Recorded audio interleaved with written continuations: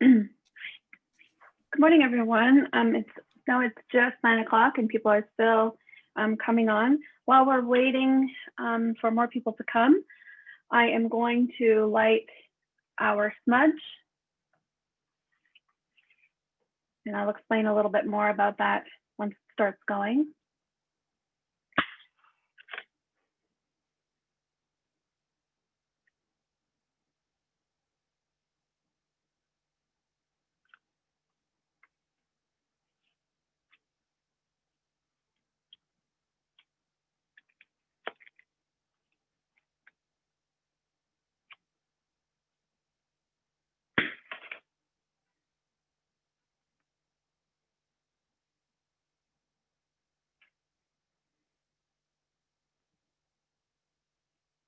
So don't worry if it looks like I'm on fire or you see smoke.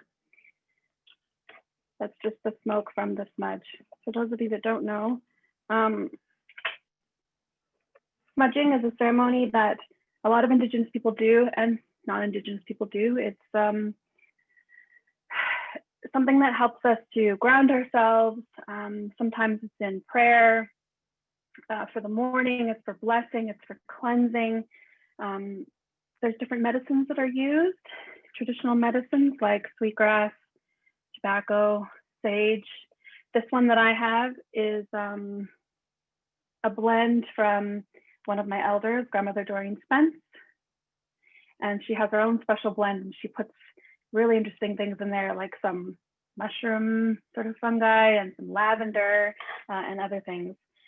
And we do this to wash ourselves, clean ourselves,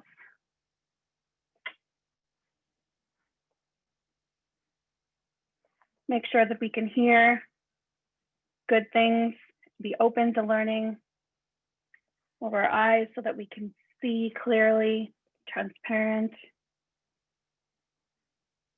over our heart, over our mouths, so that we say, everything that we say is with intention.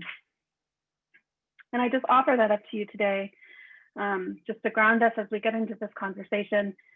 We'll have some very interesting topics to cover. It might be new for some people, it might not, and just be aware of how you're feeling as you're taking in this information, and hope that that smudge helps you.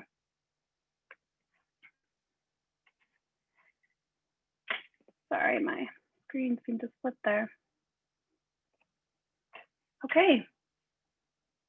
So it looks like we have quite a number of people now, so I think we can get going. Is that okay, ladies? So welcome. This is my first webinar with Help Seeker. The future is Indigenous. And this session is around inclusion, diversity, equity, action, and self-determination. It is a series that Help Seeker has been doing with very targeted monthly topics. And this one is, in particular, is about indigenizing and decolonizing in a systems change and transformation practices. And so what does that mean from an Indigenous lens? I just want to start with an acknowledgement. My role here at Help Seeker really has been a part of understanding truth and reconciliation and the work within this area, and the need to move towards action, not just the truth. But in that, we want to acknowledge me as a guest speaker to this land. In the spirit of reconciliation, we acknowledge that we are living on the traditional territories of the Blackfoot Confederacy, which includes the Siksika, the Kainai, and the Piikani, the Tsuut'ina, the Iahe Nakota Nations, the Métis Nation Region 3, and all the people like myself, like my sister Christy and Solange, that make their homes in the Treaty 7 region of Southern Alberta. So we welcome you on behalf of our brothers and sisters.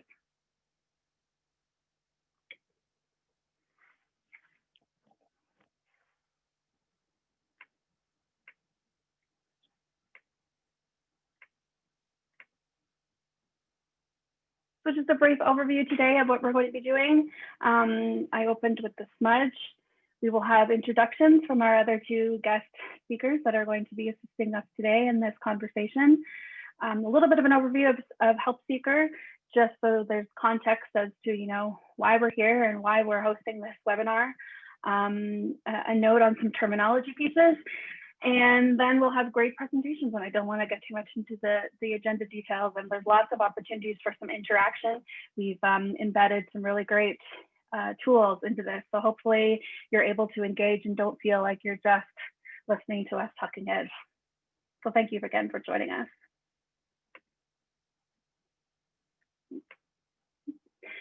So I guess just as a broader introduction, my name is Monique Fry, and I'm from the Chiam First Nation, which is a part of the Salo tribes in British Columbia. But I have just returned actually to Calgary. I was away for 2 years living in Texas with my family. And before that had lived in Calgary for over 12 years. So I'm happy to be back in my my second home of Calgary in Mohkinstsis, and to be starting in this role with Help Seeker and to continue some of the great work that I had started with community and my colleagues, including Christy and Solange. So I welcome you, and thanks for coming. Christy?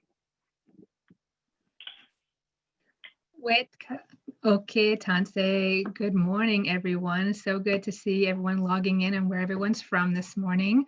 My name is Christy Morgan.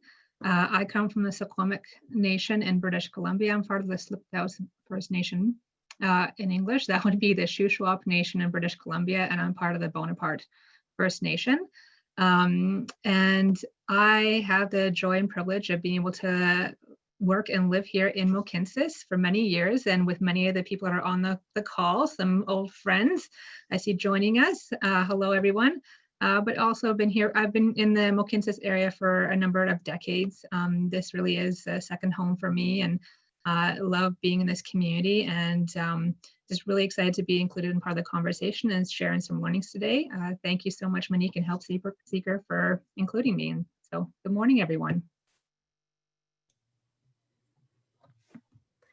Good morning, Monique. Thank you for starting off with Smudge and in a good way, and for Help Seekers for hosting this, and Christy for sharing this space and opportunity to be able to meet with everyone.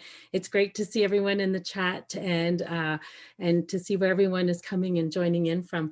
My name is Solange Lalonde, and I am Métis, and I also have French ancestry. I'm 13th generation French Canadian, and I live here in Calgary in Mohkinstsis. And you know, it's wonderful to be able to connect. Ideally, we would all be in a space and be able to share our ideas and gather together.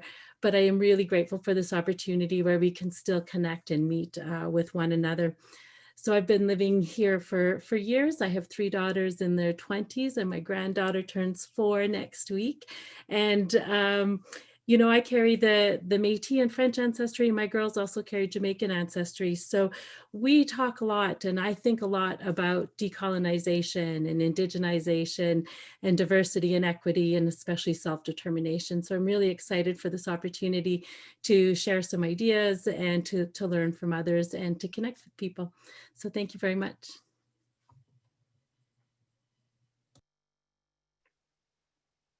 Thank you, ladies. It really is a pleasure. And I just ask for complete forgiveness and patience. Is my first webinar hosting. I know you're probably not supposed to admit when you're, you know, those kind of things, but just in case anything goes wrong, I want to be prepared. You know, that's this is my first time.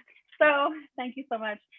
Christy and I had worked numerous years together way back in the day, and we loved hosting the live things. We had so many events that we did when we were allowed to do that back in the Kwai days. And we're such a good team. So I'm so thankful that my team keeps growing and adding, and that we're also doing it in new and different ways. So that's something new. Okay, so just a quick little blurb about Help Seeker. As I mentioned, I'm new. I am the Systems Planning Specialist and Indigenous Specialist in Relations. So it's a completely new role for them. They are a very new organization though as well, been established since 2017. And really their mission is about scaling innovation to resolve complex social issues And, this is something that really fits in quite nicely, when we think about a holistic framework that a lot of Indigenous peoples believe in that everything is interconnected.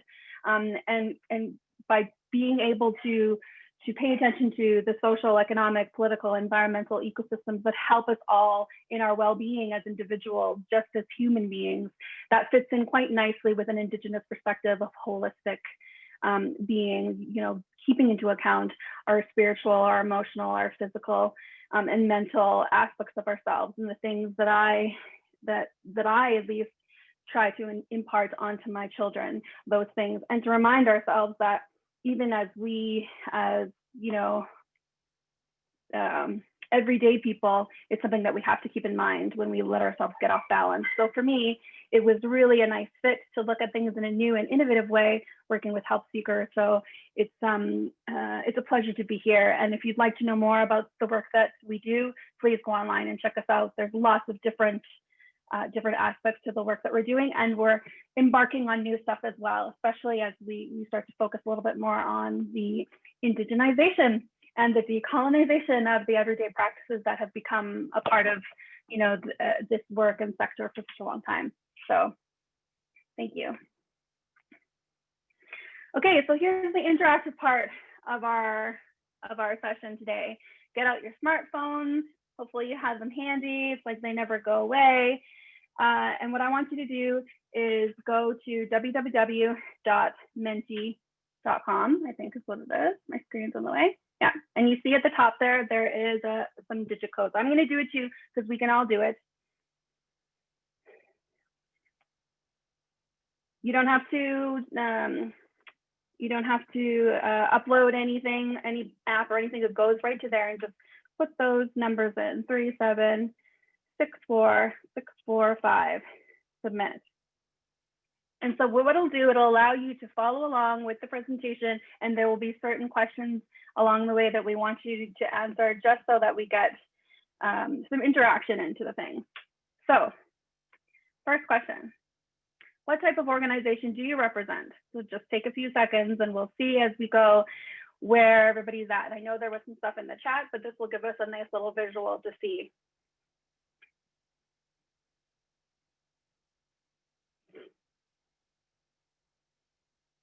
Okay, so that's a really interesting mix. Some nonprofit NGOs, some government.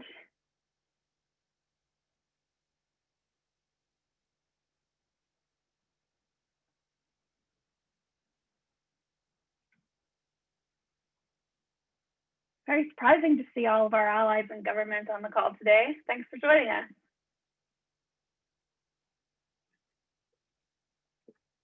So a slice from education, Indigenous organizations, corporate, and other. Thanks, everyone. Appreciate that. It's good to know who we're talking to and who we're sharing space with.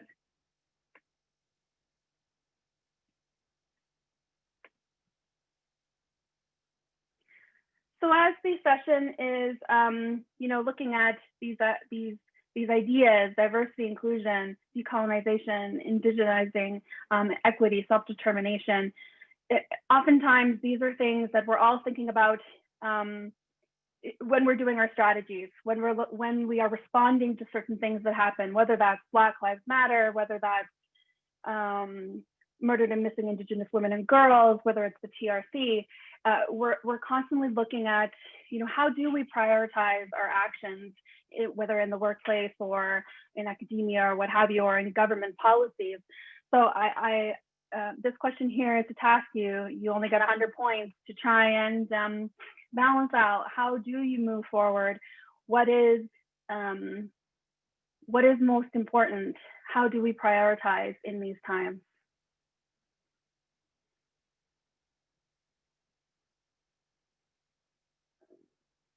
I know sometimes it's hard to divvy up your points, but you only get 100, so you got to be strategic. So it seems like we do believe that decolonization is probably first and foremost.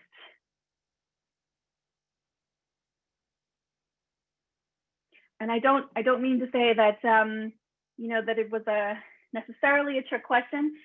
because these, of course, are all things that we need to consider all at once. And it really does support an understanding of that holistic thinking and that everything is interconnected and we can't do one without the other.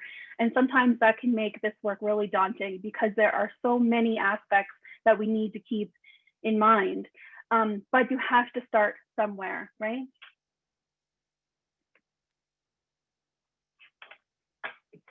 So I wanted to just share a little bit of some definitions and terminology about when we say these things, in particular decolonizing or indigenizing, what does that mean? What is the difference? It's sometimes a question that we get between the two. And I'm an academic, and I, love going and looking at, those, in particular, those Indigenous scholars and researchers who really delved into these things long before, we were thinking about it. And a great example of that is Linda Tuahi, it was probably Dewey Smith. And some of the things she wrote way back, I think 1997 was the first iteration of her book, Decolonizing Methodologies. Once it was just this process about government. Of course, government is very entrenched in sort of colonization. But now it's really been recognized as this long-term process of really, breaking apart at all levels, whether that's the bureaucracies, the culture, linguistically, divesting of everything that has been attached to or has been surrounded in like colonial power. And she says that decolonization does not mean a total rejection of Western knowledge. That's not what we're saying. We're not saying throw everything out. It's not value, because there's value in all knowledge. But what it is, it's about centering our being Indigenous, centering our concerns and worldviews, and then coming to know and understand from our own perspectives and for our own purposes. So that's that self-determination part of it, right? It's being able to, the space to come to understand it and then have that support and infiltrate, what have you, for our own purposes. So whether that's policies, programs, education, mental health, you name it, the decolonization needs to occur in order for us to even identify what our perspectives and our purposes can be.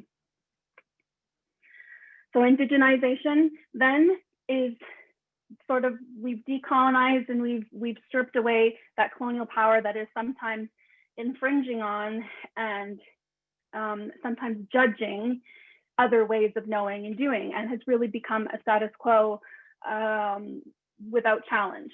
And what we're promoting today is change, challenge, and transformation for sure. So it incorporates Indigenous ways of knowing and doing.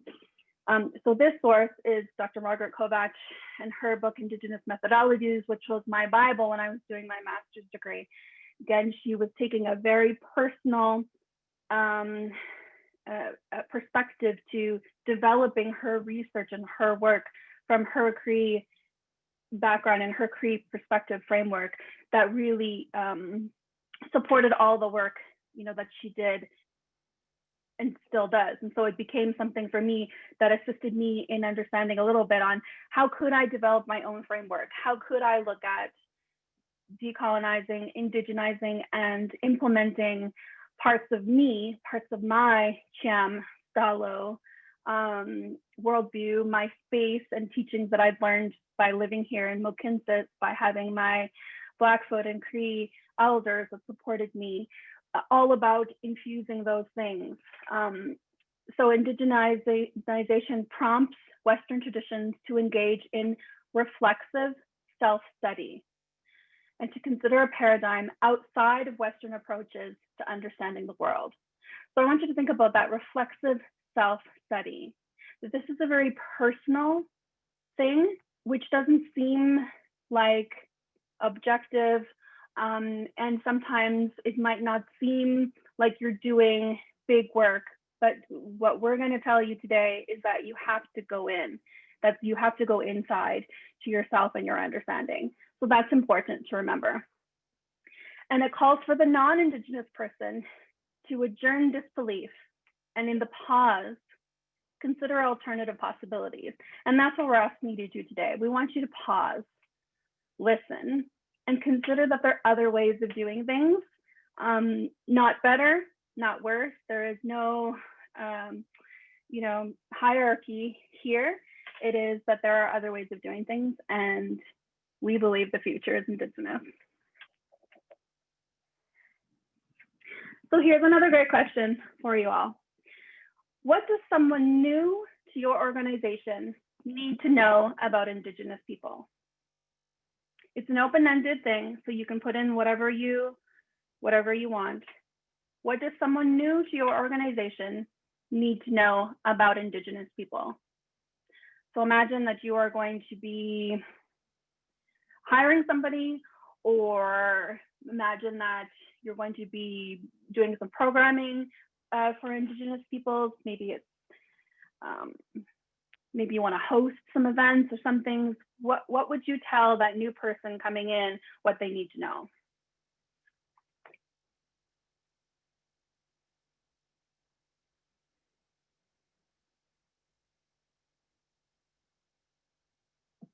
Mm-hmm.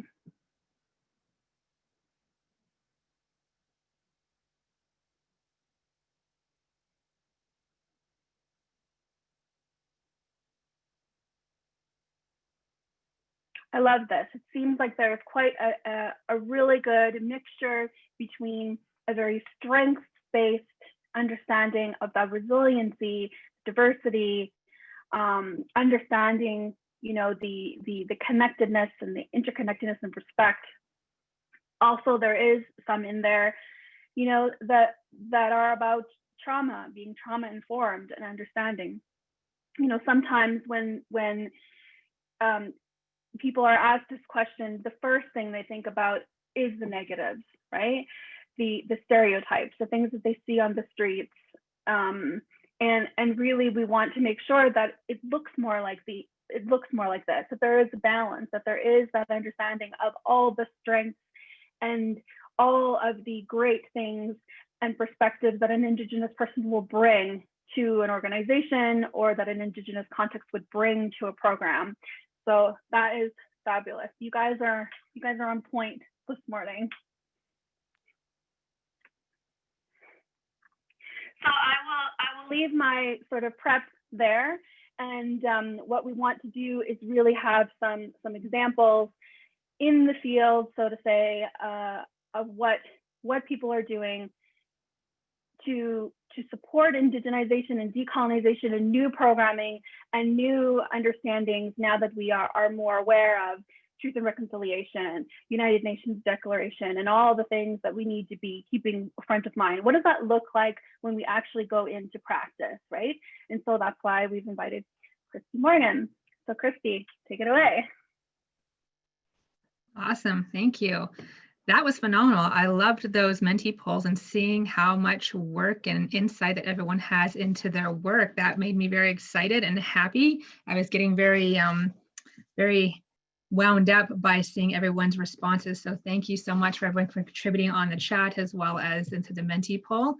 Again, I just want to thank everyone for joining today, and for Help Seeker, Monique, for being our host, and Help Seeker for providing the platform for us to have this conversation. I really think it's a part of my own learning journey and a part of my toolbox of balancing out my learning from other areas as well. When we talked about indigenization and sharing, it's really important that we provide platforms for many of us to come into forums like this and have discussions. So I just want to thank you all for joining today, and just letting you know that today, what I'm hoping to share today through my lens and my experience in my current workplace, that it can maybe help a little bit you on your journey in your workplace or in your area of looking to redesign things.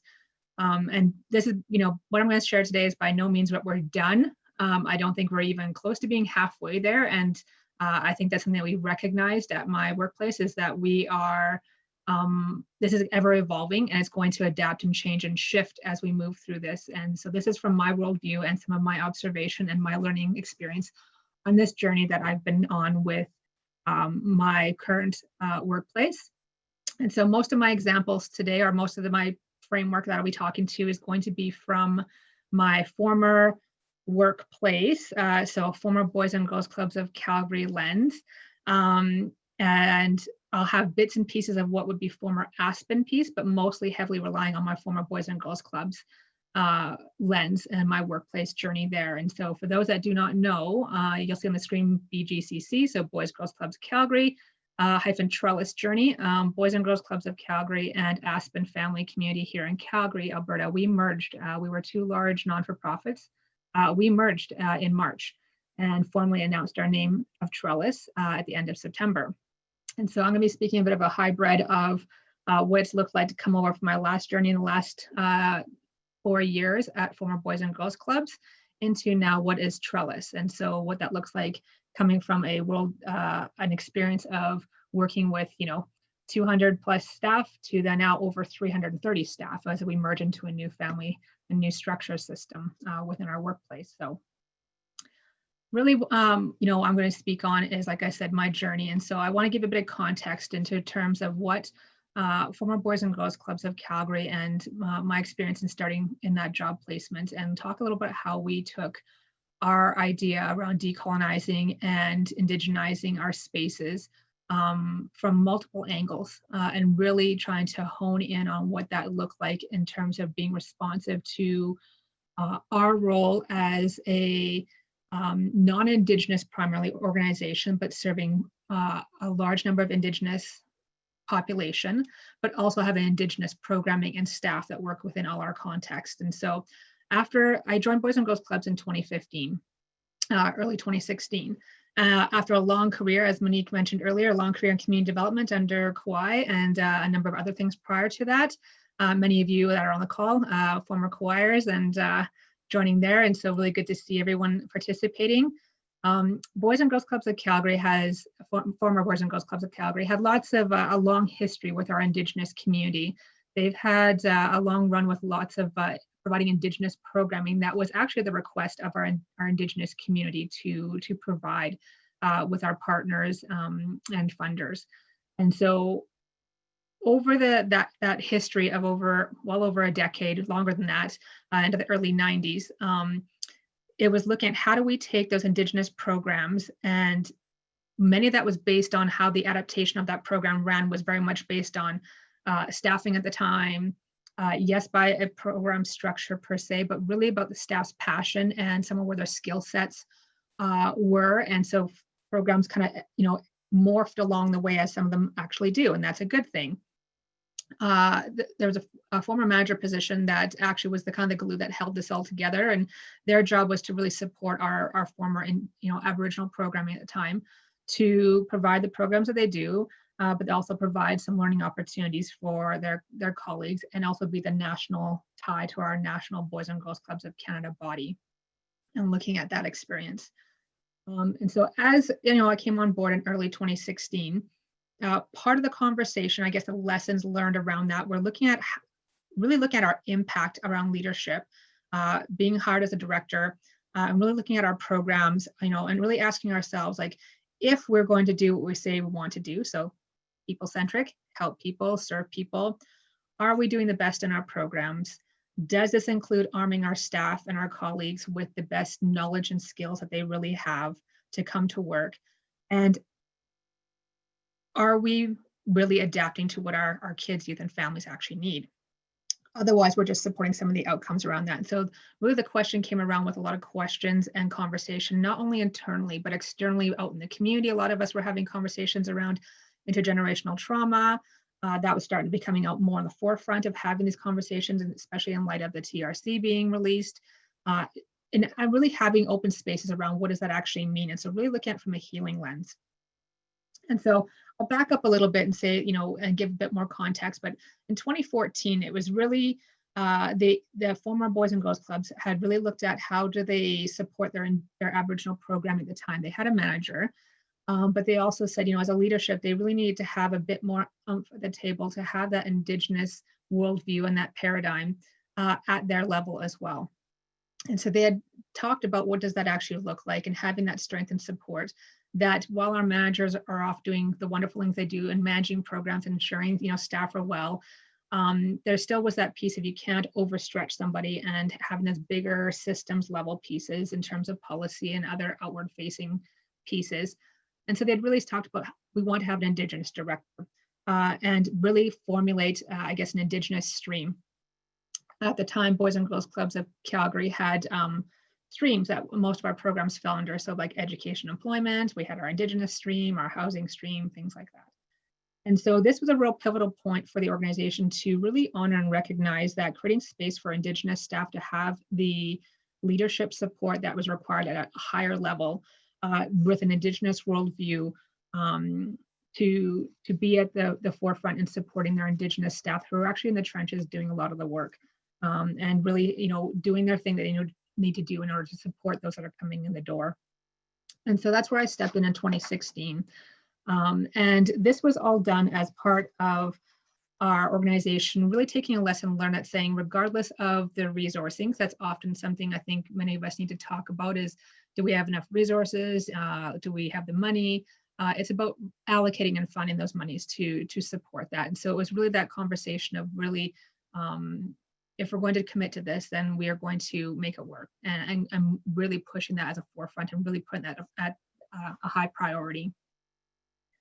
And so as I came on board shortly after in 2016, in 2015, while all this is happening, so I mean, you're going to see a lot of overlap and a lot of things that have been happening over the last few years that is going to crisscross and merge as part of our journey, because a lot of it has been very much bottom up, top down, left to right kind of thing, happening all at once, which I think is part of the beauty that we've been also experiencing, is that we do have a lot of passionate people within our organization that really have taken ownership of this, and I'll get into that in a little bit.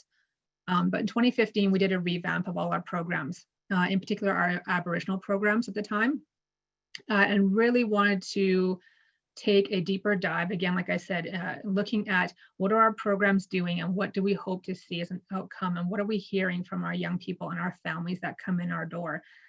So working with an Indigenous consultant, the program design was redone to really place more emphasis and focus on looking at the actual healing of our families, providing supports around looking at that healing component. And so that was rolled out, and we now have our Igakimat program, which is to try hard and Blackfoot. And that program's been around for many years, even prior to us doing the revamp. It's just we've restructured our program design. And so here on the screen, you're going to see an example of a calendar that I'll get into in a little bit here of why it's designed the way it is.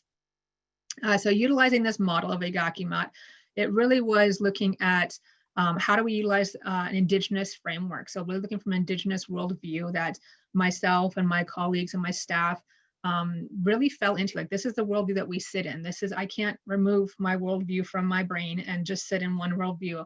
I have, I have the good luxury of being able to try to sit in both worlds, and again, find those parallels that Monique was referring to earlier. When we look at challenging ourselves and finding those parallels, Igakimat really is trying to find that, and we really balanced out quite extensively on trying to really embed our Indigenous ways of knowing into this program. So utilizing the Circle of Courage model, co-authored by Dr. Martin Brokenleg, we have based the Indigenous aspects throughout our programming. So it has really been supported by our elders.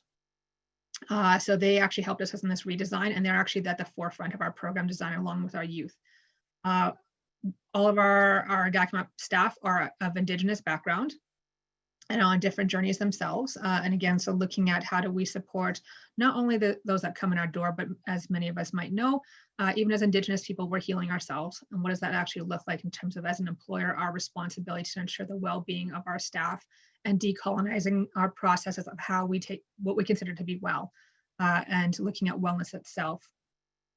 And so as we ran through the program the first year, and really debriefing and deconstructing a program design, we didn't want it to necessarily always be about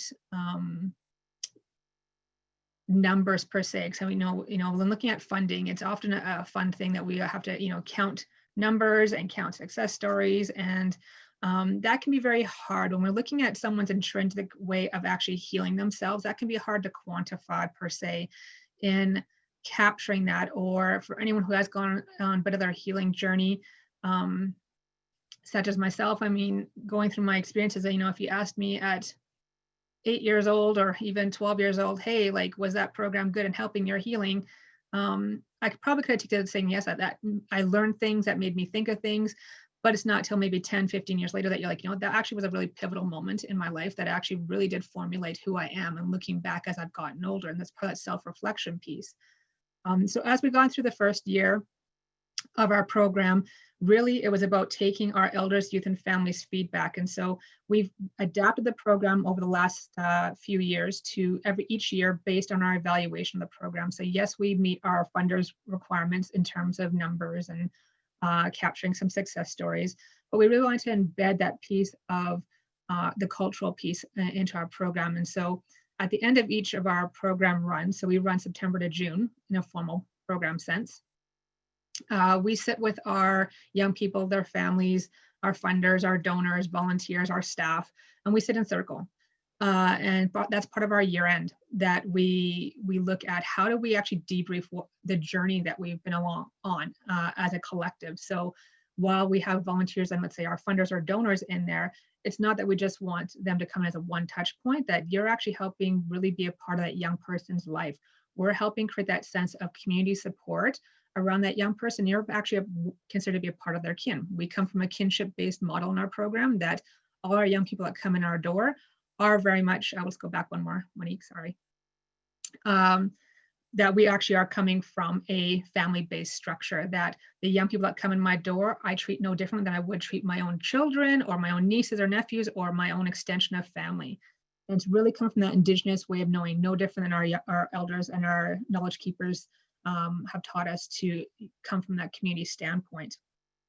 And so while we look at the Agakimat program, as part of that, while we're redesigning our program, it was really having those deeper conversations at our leadership level as well, in terms of how are we supporting, again, our staff and our colleagues to really come from an Indigenous paradigm and worldview. So while we were doing the redesign in 2016 and rolling it out for Agakimat specifically, I was also working with our leadership and some of our colleagues on redesigning our Indigenous, they call it a training strategy. I like to call it our learning strategy, because training to me, you know, is much more skills kind of based, but I want to talk about an Indigenous learning strategy to help build the capacity and knowledge of our staff and their sense of ownership and the accountability that they have alongside me as an Indigenous person in our collective understanding of what decolonization and Indigenizing and providing that inclusivity in our program spaces, regardless if it's an Indigenous program or not.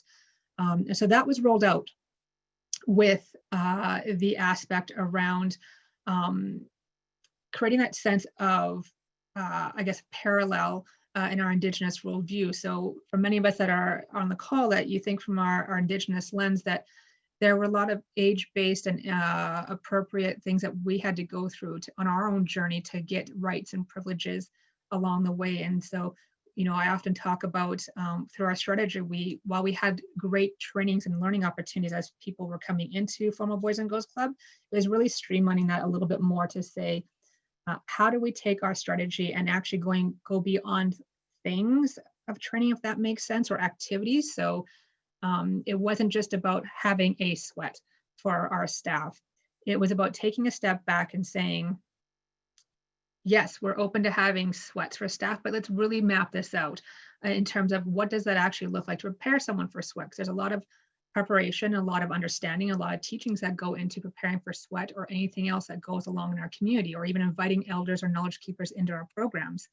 What we were finding is many staff were asking our Indigenous staff to ask elders or helping them ask elders to come into their program. And so part of that Indigenous strategy revamp was looking at how do I build my colleagues' capacity, so that rather than coming to me, I'm creating space for them to maybe learn how to do tobacco protocol offerings. And so they get to learn that teaching, so they don't need to rely on myself to go and ask an elder or knowledge keeper to come in.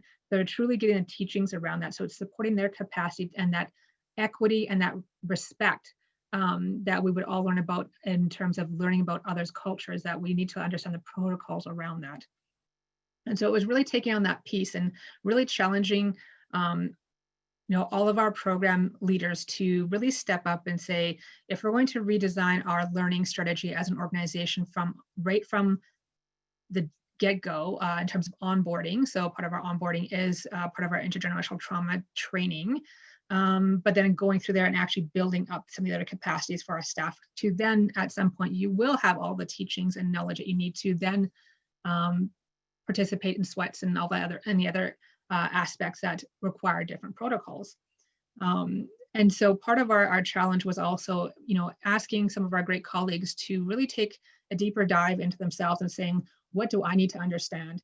Or what do I need to learn about intergenerational trauma? What do I need to look at from my lens as a manager, as a leader? Because people do, you look up to your leaders to provide that guidance and create that sense of culture that we're looking for in our organizations.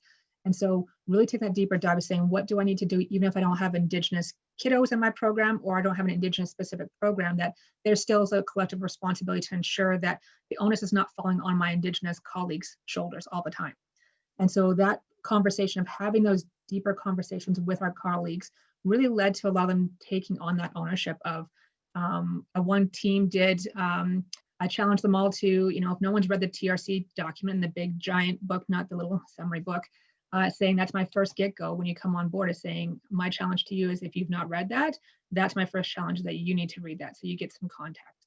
And one of our teams actually did take that challenge on, and they sat down as part of their team meeting for a good 8 months and went through every chapter and debriefed as a collective, and then invited myself into circle with them afterwards to hear about their entire journey of how that book really opened and challenged their thoughts and their ideologies and their values in terms of how they can incorporate or bring in reconciliation into their program, and really taking that sense of ownership, that it's not just about relying on others to do for them. It's about how do they have the conversations with others to make sure that they're doing the best they can in their programming, even if it's not, so it doesn't fall on just the Indigenous person in their program or another Indigenous staff within their organization.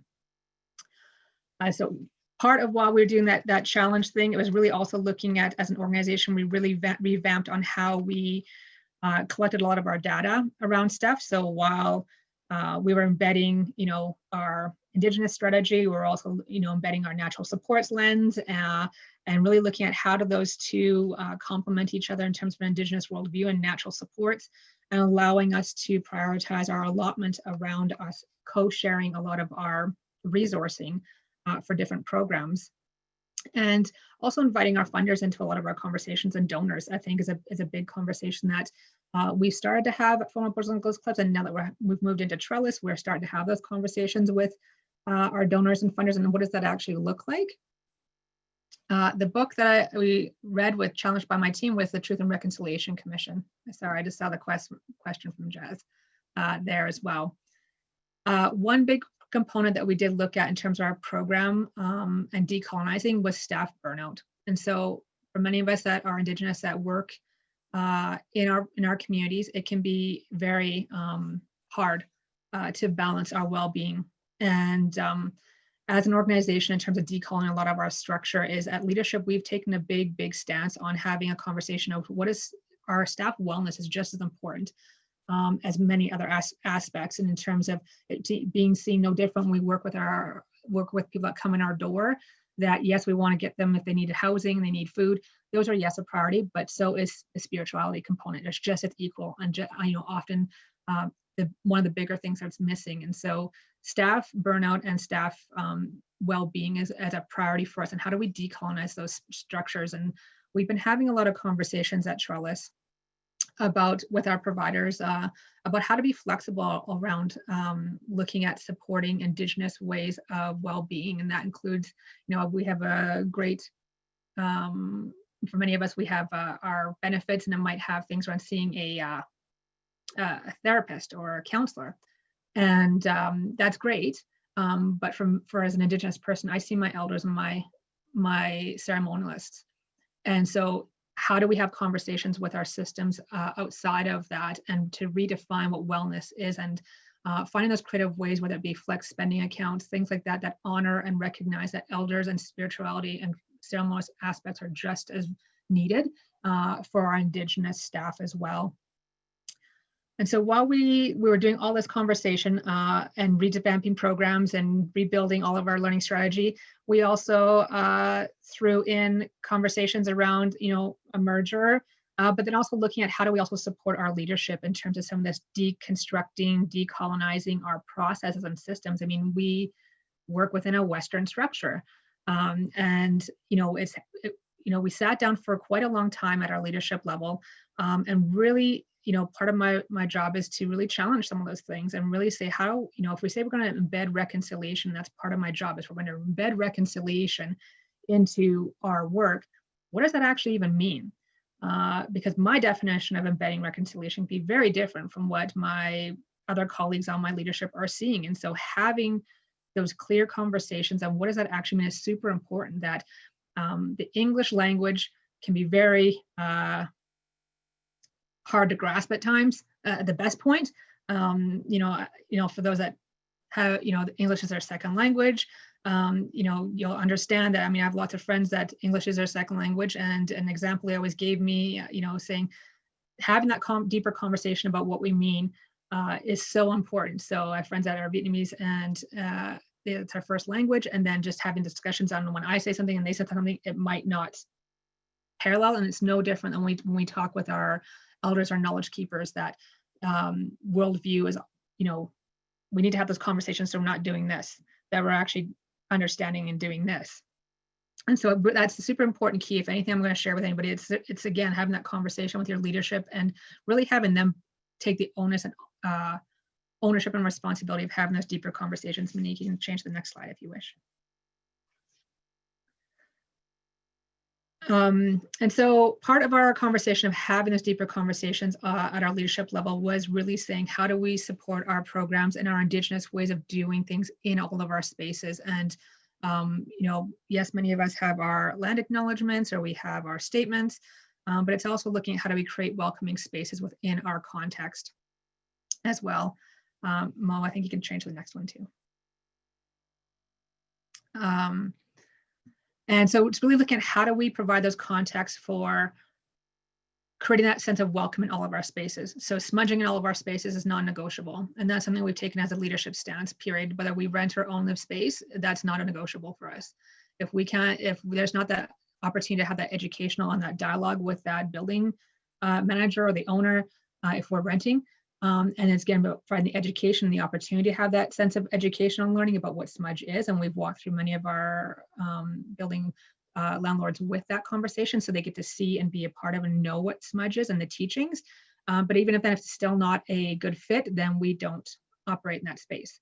And that's us taking a strong standpoint from a leadership level, saying, and as an Indigenous person, saying, like, I can't leave my Indigenous self at the door just because that it's smudging is part of what our practice and what we do. And so if we're going to create a true sense of inclusivity and diverse, that we don't ask anyone else to go outside and be who they are, this is not negotiable either. And so when we look at creating some of our leadership structures and looking at how we embed things, it's, we had to have some deeper conversations of getting around if we didn't know or we did not know what we need to do. And that's, that is a fact that many people don't know what to do, but learning opportunities of an equity have long been around us in our Indigenous community. This conversation around inclusion and equity is not a new thing for our communities. Think of any time in our history where Indigenous people were taking a stance of what people would often see as resistance or standing up for themselves.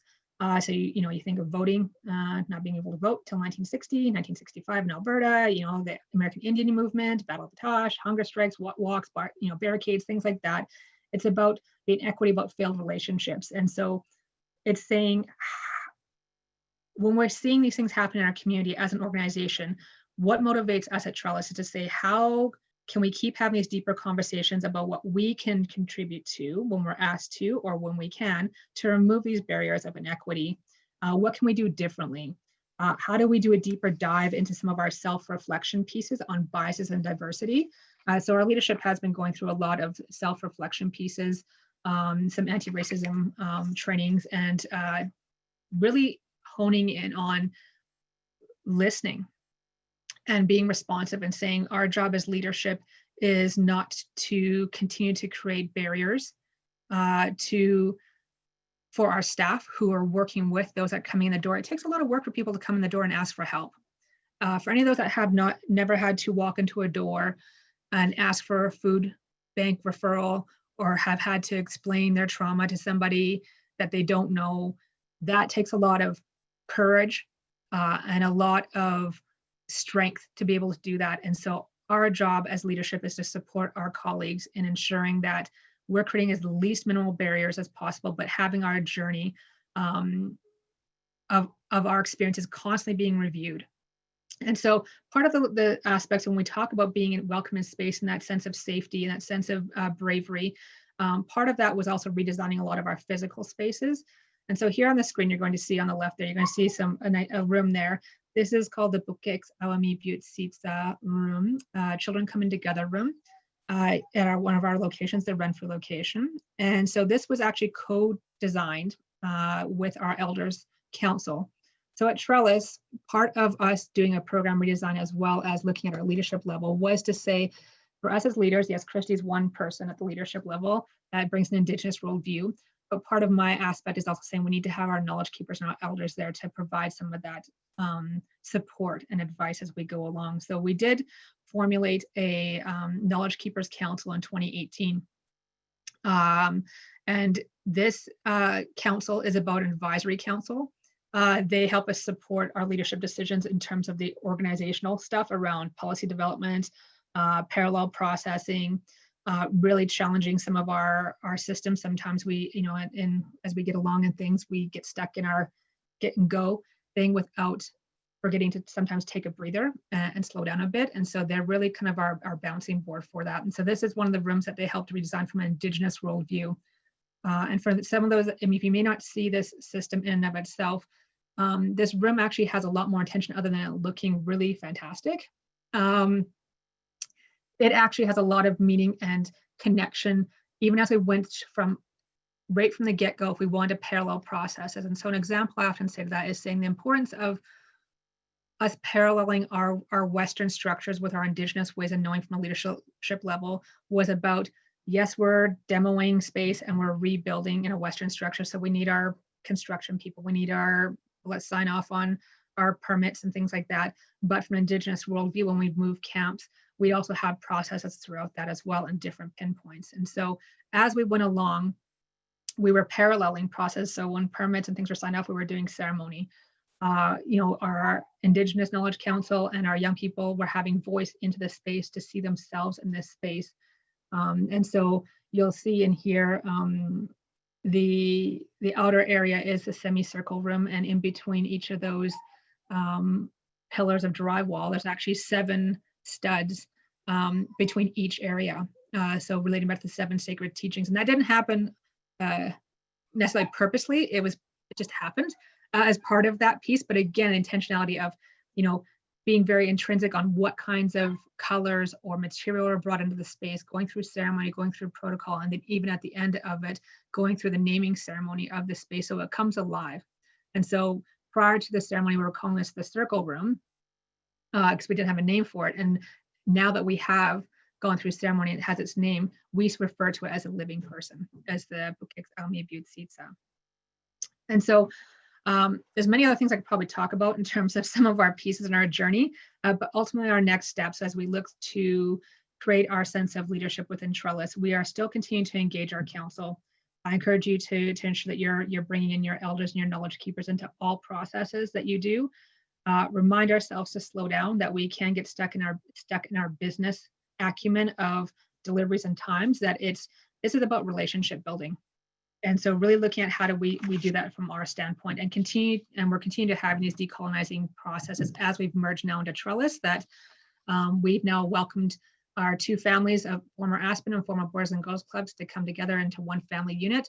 We're now, again, while we've made strides in both of our organizations in the former later versions of it, we are now co-creating a new journey of what that looks like. And so that may also be taking a pause and stepping back and redesigning something new. And that's okay, that this is all part of it. And so this is part of the experience that we bring to our journey, and hopefully some of that may have resonated with you, and more than happy to answer questions. Thank you so much.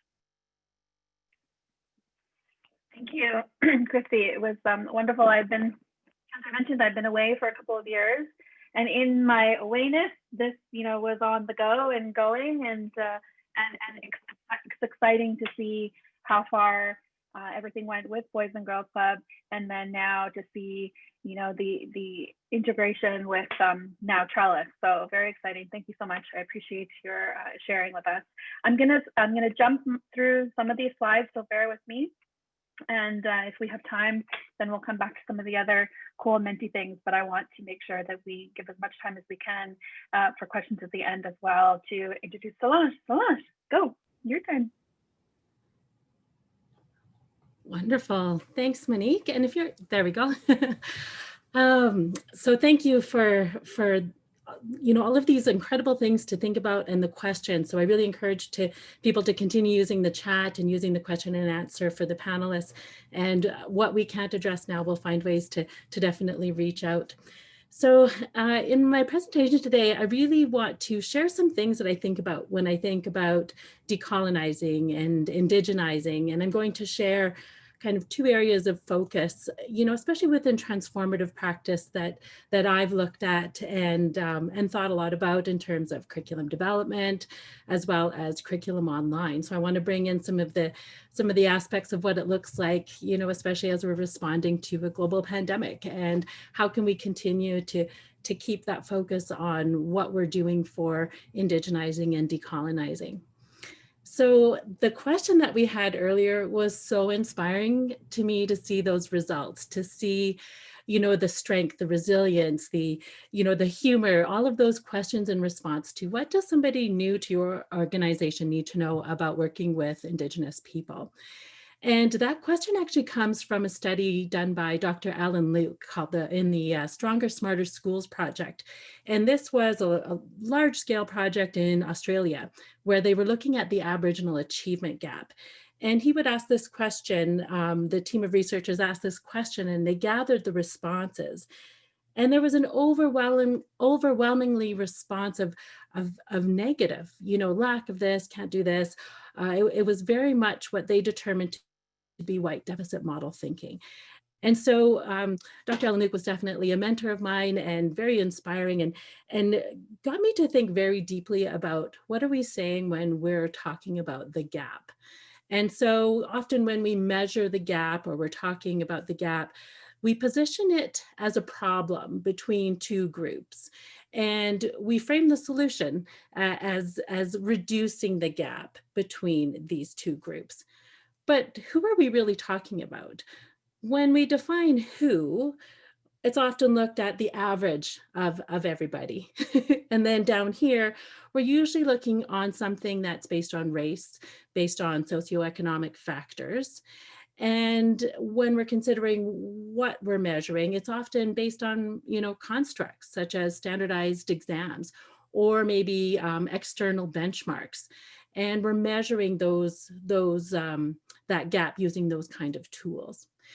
When we think about how we're approaching this, it's often, an approach of how do we reduce the gap?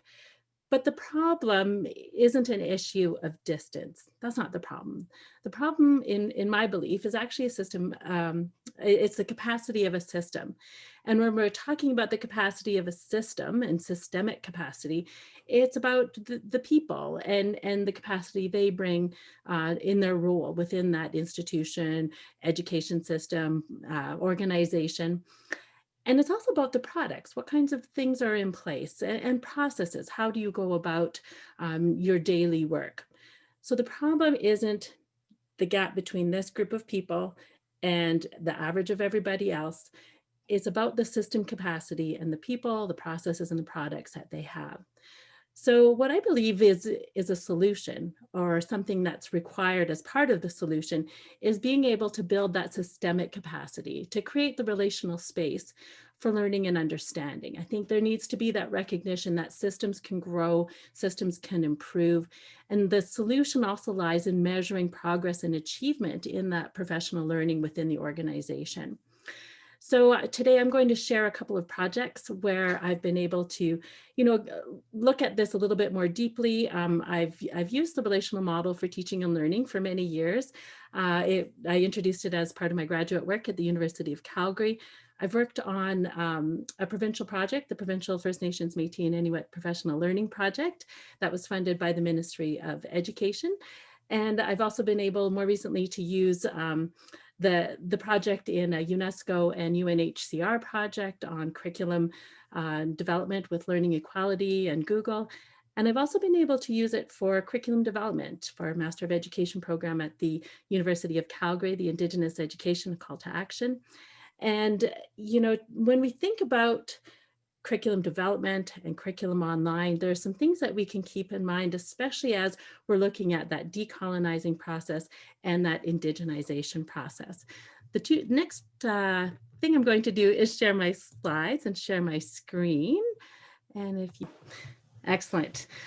So when we're talking about that decolonizing approach and what is it that we can do, what I want to talk about is the relational model for teaching and learning. And the relational model for teaching and learning is a decolonizing approach. This is where we're starting to think about, where learning extends beyond just moving forward and achieving those benchmarks and moving forward on a continuum of some sort. The relational model for teaching and learning is a holistic endeavor where learning means building a bigger circle and creating more relational space that also includes more perspectives. So this model was inspired by the UNESCO Pillars of Education, and the RMTL focuses on 4 goals: learning to be, know, do, and relate. It was also informed by Indigenous methodologies, where education is really more what you know and what you do. It's also about reflecting on who you are and how you relate to the world around you. So when we're talking about the indigenization piece and indigenizing learning and education and places of learning and education, I think being able to incorporate indigenous worldviews of ways of knowing and doing is extremely important. This model was validated by Elder Reg Croshu, and I'm going to show you an image of the model that includes the ceremonies or the symbols that he transferred in ceremony in a project that I worked on with Monique with Calgary Learns. Now you'll notice at the center of the model, it includes that holistic approach where learning is that continuum that moves along, through the, I'm just going to stop my video, progress achieved in that circular motion. If we look at the east, if we look on the right-hand side where there's the green and the symbol with the sun representing creator, we look at learning to be. And when we're thinking about learning to be, it's asking the question, how does what you do relate to who you are? And that deep thinking about worldviews, the perspectives that you come from, and what that means to you within your learning process and what it is that you're bringing to your places of learning. At the bottom in the south, we see where it's the pink area down there, and that's about learning to know. So how does knowing relate to understanding? And this is where we're starting to think about, how does knowing foundational information, facts, key figures, content, how does that relate to understanding our role within our communities, our role as learners, our role as educators, and that reflection that comes with that. Over on the west, we see learning to do, and the orange section there. And that's really about, how do you take that understanding? How do you reflect your understanding in what you do in your work and in your places of work and in your places of learning?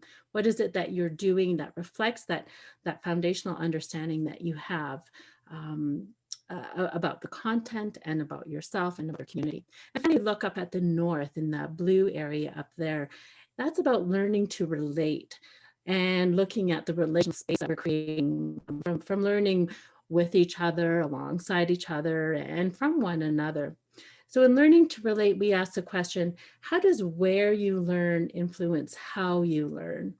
And this is a way that we can fundamentally include that recognition of the territories that we're in and the communities that we're a part of. It's not an external piece where we're, it's an afterthought. This is actually what it is that we're focusing on. This is just a really broad overview of the relational model for teaching and learning. And now I'm going to share how it relates to two projects. And the next project, first project I'll talk about is the screen lag. I'm going to try this again. Next slide. There we go. The Creating Ethical Space for Educators and Indigenous Learners project. And here you can see a photo of Monique and I and Elder Doreen Spence, who we had the great privilege of working with. Now, this project was funded by Alberta Advanced Education, and it was delivered through Calgary Learns. And the purpose of the project was to act as a window to the creation of ethical spaces for Indigenous learners and educators in the field and in the area of adult foundational learning and literacy. And so my role was as a consultant to develop a 2-day curriculum where I gave permissions to use the model to be able to do this.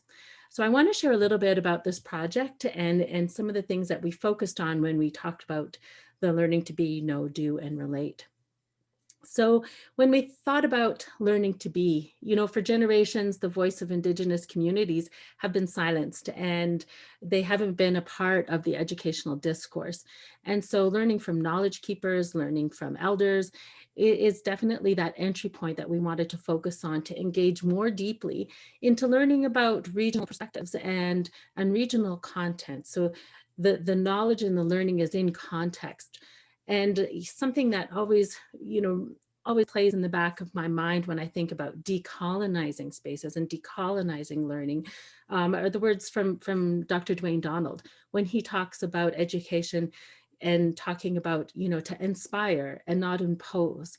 So how are we finding ways to be able to inspire that deep learning and in context? So we're not saying this is the way you have to do this, this, and this. It's creating that larger, we're bringing in more perspectives from the communities that we're in. So when we were talking about learning to know and, that foundational knowledge piece, knowing about the history isn't the same as understanding the impact that history has had on the education, on the institutions, and in the policy that we're experiencing now, especially the impact it's had on our Indigenous communities. So, that learning piece on learning to know, it's about learning about our shared history, the shared history that we have and the role that we have in contributing to our common future. And to start to take that collective approach where we're taking those responsibilities and our roles and really reflecting on the things that we can do based on the knowledge that we've gained. When we were talking about the doing and the learning to do and reflecting our understanding and what we were doing in this 2-day curriculum, we really, wanted to acknowledge the wisdom and knowledge is within the group, it's within the community. And so we were thinking of ourselves as facilitators, as hosts to create the space where these important conversations could happen, where we could learn from one another. And I think that the learning with one another is a very different approach. That's where we were inspired by each other's stories and we were able to use case studies to be able to, put ourselves in a new context and to see a different strength-based approaches of how we can face obstacles, face those challenges, where we can look across at one another and recognize the situation and work together to have that generative dialogue for common solutions. Now, when we're talking about the learning to relate, this is really where we were looking at, how does where you learn influence how you learn? And I think this is really important because we were thinking about, the ethical imperatives that we see each other, that we see ourselves represented in the places of our learning and the places of our work, where we see ourselves in the systems that educate and govern and serve our communities. So in this project, we were looking at building these relationships, especially when we're bringing together Indigenous and non-Indigenous people, and how we can contribute to the relational space and also to create and share with one another. So those were 4 of the areas that we really focused on within the project. And we had a 2-day curriculum. And in this, in the morning, we started off with the being, and we had a chance to hear from elders within the community. And so our elders council provided that insight and that input on every stage of the project. And they were a deep part of the curriculum development as well. They always began our sessions and our learning in a good way. And in that first day, we talked about, what messages have that impact on our spaces that we were occupying at the time, especially as we look at what does it mean to be in Treaty 7 area and Métis Region number 3. And we also started talking about the ways that the learning would impact our role. So we wanted to make sure that this was in context of the places of work that were represented. So it was social service organizations, education, government, and again, all of that focus on the adult foundational literacy and adult foundational learning. When we were talking about the knowing piece, we connected how early life experiences impact brain development, and we engaged in an activity called the Brain Architecture Game. And through that, we were able to make those connections of how intergenerational trauma and intergenerational resilience can impact adult learning, and our role as educators to support that process, and things that we can keep in mind, especially as we look at programming and services available for those early childhood care and education programs. When we talked about the learning to do and the case study approach, I think this is something that is a really valuable approach as a method to gather, some common experiences, to put together a case study, and also bring in the wisdom and guidance of our elders and our knowledge keepers to be able to inform finding that solutions and strength-based approaches to addressing those. And then on the last day, we really started to look at where we're working, where we're learning, and how are students seeing themselves represented in those places? What's in the halls, walls, and resources? And if you take that perspective as you walk into the door, or as you click onto the website or into the meeting these days, or you look at the organizational charts, how are we being represented in those senior leadership positions where, there's that voice? And I think that's really, really key as we look ahead on the decolonizing as well as the indigenization is looking to see how can we include more perspectives, how can we include the Indigenous voice in terms of perspective as well as the content piece. So that's a quick overview of this project and how we were able to use a relational model to address it, where we weren't looking at closing the gap. We were looking at creating greater capacity within the people who supported adult foundational learners, who were educators in programs and institutions where there were Indigenous learners. I'm going to switch gears now to talk a little bit about some recent work I'm doing with curriculum online. And I think this is a really key area, especially as it's a common experience right now. This is, this is a very, I know all the words you're not supposed to say when you talk about the pandemic, but it is a collective experience to some extent, because we're all facing, a common obstacle and looking for common solutions. So I think there are some ways that we can really, create opportunities to learn from one another in this space. So I'm going to introduce the next slide, where we're looking at the ARMTL approach for curriculum online. There we go. And, this is really about looking at a competence-based approach, where we're aligning learning outcomes with digital tools and assessment strategies. And if you look in that center circle and you look at, how does this relate to the indigenization piece? This is where you have those important conversations about outcomes and assessment. So what are the goals? What does that look like? What does success look like when we're bringing in Indigenous perspectives and content? Or in the case of curriculum online, what does it look like when we're sharing our outcomes within our teaching and learning programs? Assessments, that's about looking to see, how are we measuring progress and achievement, and how are we sharing that?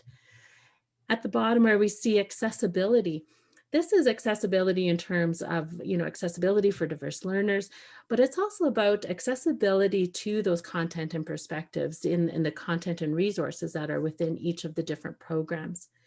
When we look at differentiation, that's the same thing. How do we work toward a common goal, but we may achieve and land at that common goal in a different way, and looking at that deep differentiation that's embedded within the curriculum and the curriculum online. When we think about transfer and that transfer of learning, how do we take our knowledge and our skills and transfer them into new contexts and take that problem solving approach that we can, really address those situations?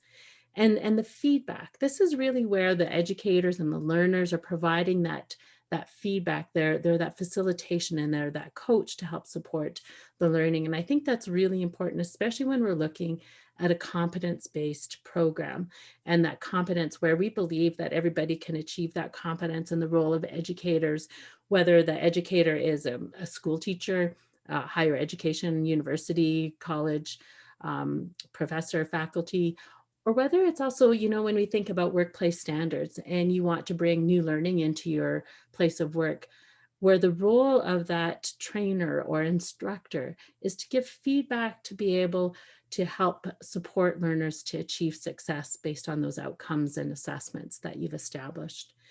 And then under that relating section, what does it look like to have presence? Presence from our community members, presence from the instructors, from system leaders, and from the diverse voices that happen when you bring large communities together in places of learning.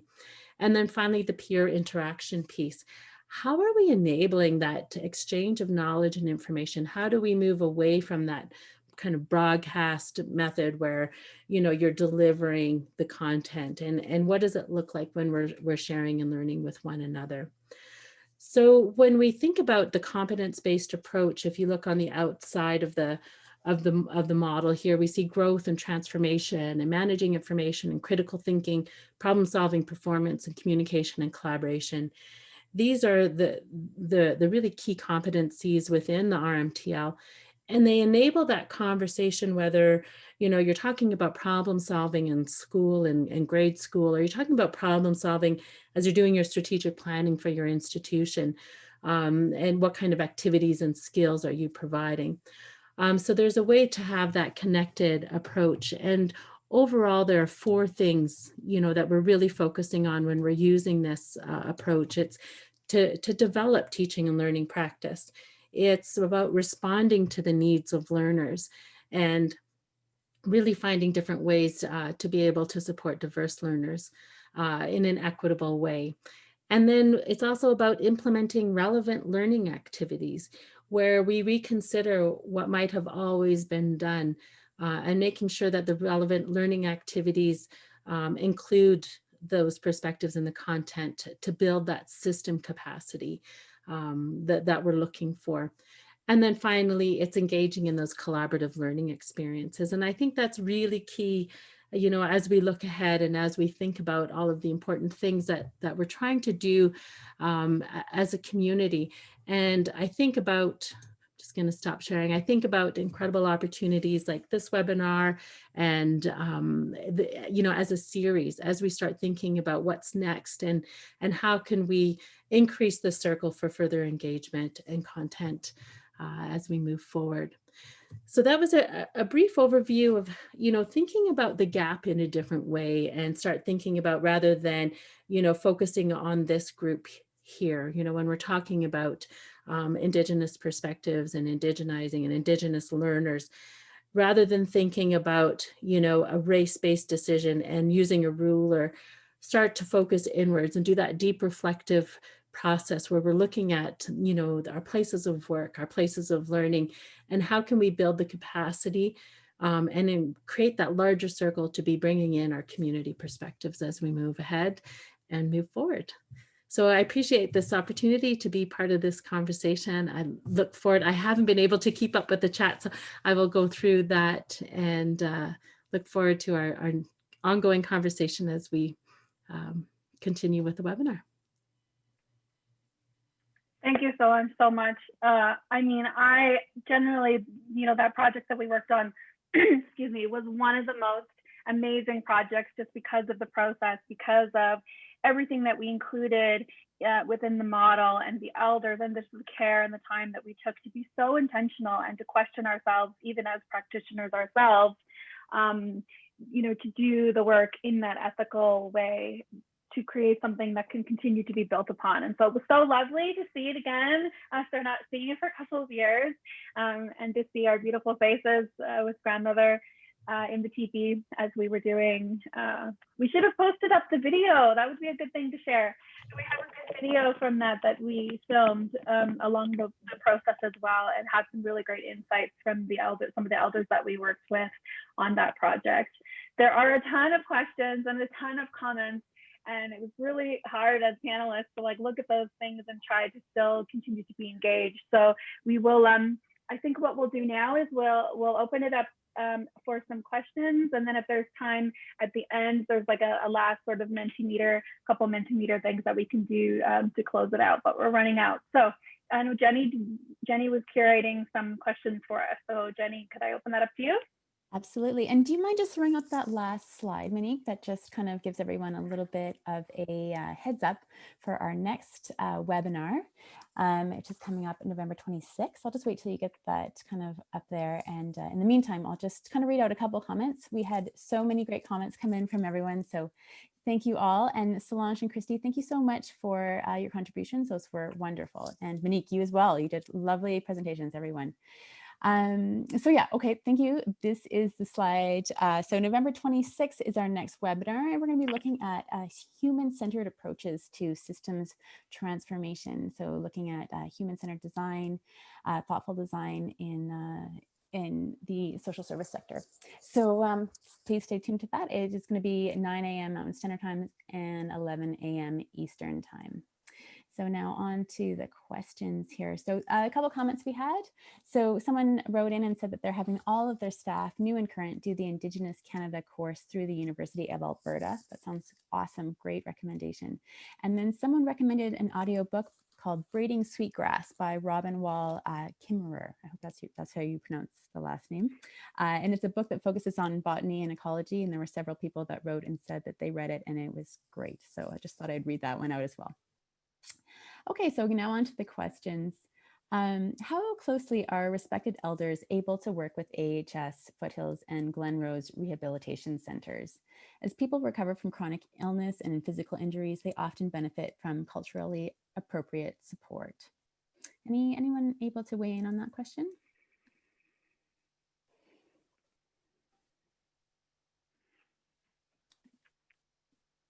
Anyone want to take a stab at that? I mean, I think that's not necessarily the sector, that we are in or represent, but I think most what we can provide is to say that the collaborative pieces really need to happen in and amongst all, like sectors. And there definitely needs to be, the takedown of silos between programs, between systems, so to say, and that really a holistic perspective it is about integrating, and we Help Seeker, we have integrated coordinated access that we try to coordinate with different agencies and organizations as well, and I just think that some of this is about breaking down those silos and collaborating together, and some of it is about allowing the space for those other ways of doing to support, in particular, people within the health sector for the needs that are unique as Indigenous people.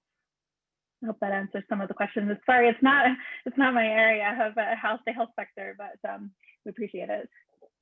That's all good. Solange or Christy, do you have anything else you want to add to that particular question? I'm not sure if you're muted. Well, yeah, I'll just unmute myself here. I mean, I might just add to Monique's comment of, while the health sector, it is very much from a Western standpoint. My younger sister actually is a nurse. And so we actually have a lot of conversations around this of how do we integrate Western practice and things that are taught in the classroom to, do a lot of life-saving skills, but also they're looking at the balancing of finding how do you also heal someone from the spiritual and the cultural component. And I do know there's a lot of, great Indigenous traditional healers that are attached to some of the AHS programs, especially at Elbow River Healing Lodge. And it's again taking that contextual piece of listening to those that are coming in your door and looking for the help, and knowing and balancing out through discussion with them.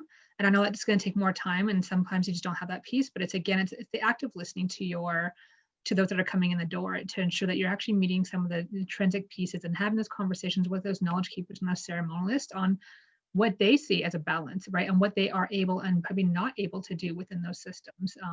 And so again, it comes back to having those relationships and those conversations about the definition of what you mean by well-being within your program design. Again, the definition, and unless you come to common language, what it looks like, it can be very, that's where you might get some discourse in terms of missing things. I'm not sure necessarily what's being done within the field, but I think there's a resource called First People, Second Class Treatment. And this was a report out of the Wellesley Institute. And it's a great resource that really takes a look at not only, the experiences of Indigenous people within the health field and healthcare, but also the reasons why. And so I do recommend that resource as well. Thank you so much, everyone. That's great.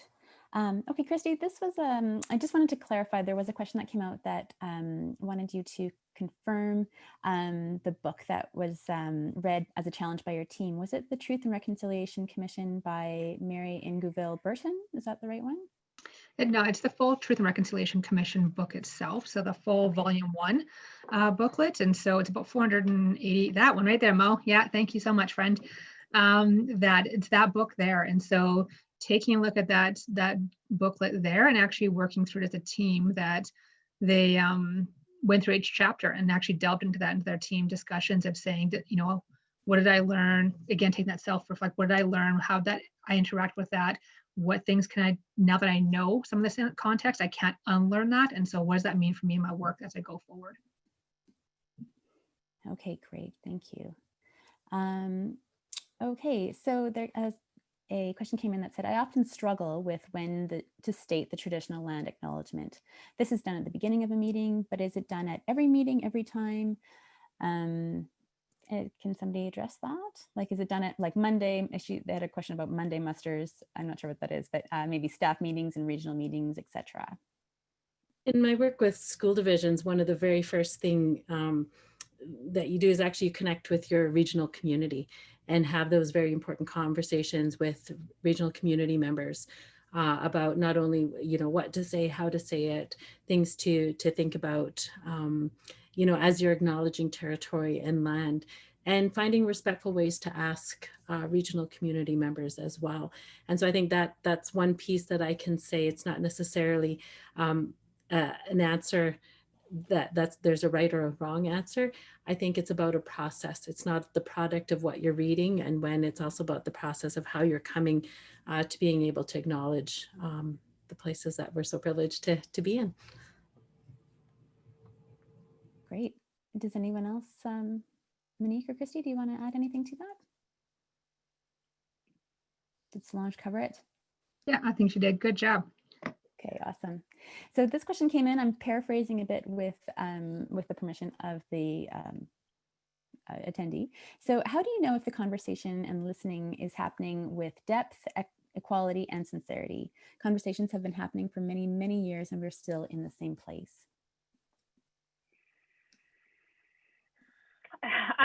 So I think that's a part of, the how do we move or from the understanding of truth and being stuck in this space of afraid to put in real action. So I think, what we heard today from both of the speakers and the examples is that, this work is hard. It takes effort. It takes longer probably than you think it will. And it takes bravery. We heard these things where there is the creation intent at first of the ethical spaces that allow us to have these conversations. If that isn't done, then that will prohibit people from being open to, bringing their questions or moving those statements or those strategies into practice, right? Or they'll get stuck if it's not genuine. So I think, you know, as we look at the TRC, that United Nations Declaration on the Rights of Indigenous Peoples, that the Royal Commission on Aboriginal Peoples, like way back years ago, they've all been saying the same thing, you know, for years and years and years. And Indigenous people have been offering up our expertise and our solutions from a traditional perspective on how, you know, things can move forward. And I think we really just need to be forthright and be like, if we say this, we're saying it with intention from the right place, and let's move on it, and like let's just do it. So I think it is ineffectiveness of people to actually take the risk, take the jump. And so I think, you know, part of that challenging transformation piece is, you know, sorry, Nike, just do it. That's awesome. Solange and Christy, do you have anything else to add there? Yeah, 100%. I think it's that harder piece that we often, as we get older, we tend to get more cautious in how we do things. We don't want to offend, we don't want to hurt someone's feelings, we don't want to do this stuff. And the reality is, like I said in part of my notes, was part of the resistance that we've seen over decades of our community standing up and saying something. It's not so much that it's about resistance. It's not always a bad thing. It's a conversation piece. And so it's at leadership, it's we're there as leaders to do what we need to do, but it's also calling each other out on our junk, right? And it's about having those deeper conversations and having that trust amongst each other as a leadership team to have those real conversations and be open and honest with where we are. And part of that challenge is also doing the self-reflection and checking our own biases that we tend to have, right? And having those deeper intrinsic pieces of being real and owning up to things. And again, not being afraid to try something because it's scary and it's new. It's the cost of doing nothing actually surmounts that sense of fear and heightens it even more. So absolutely 100%, Monique, what you were hitting on speaks volumes. So I'm just aware that it's 10:33 and that we could probably keep going. Is there a final question that people want to stick around for? We have been collecting all of the questions as well, and I put up a screen that if you do want sort of more information, or if perhaps there's a specific question that you have or a resource, that you can leave it in the Menti box. This slide is hidden, so it won't be viewed for everybody, just so you're aware, for privacy, etc. You know, that we'll do our best to get back to you, and we had hoped also perhaps to send some follow-up, you know, in an email to those that would like to know maybe a list of some of the things that we talked about within the session as well, that we can probably link to the recording. I think that's the thing, right? People do. Yeah, absolutely. I'll send the recording out and the associated PowerPoint presentation as well to everyone. And yeah, there's so many great questions. We're just kind of running out of time. So thank you all. Monique, Christy, Solange, thank you so much for your help to put on this wonderful webinar. It was fabulous. So thank you, everyone. Thank you. I think we'll leave it there. So have a great day, everybody. Take care. And thanks for tuning in. Bye-bye. Thank you. Thanks, everyone. Have a great day.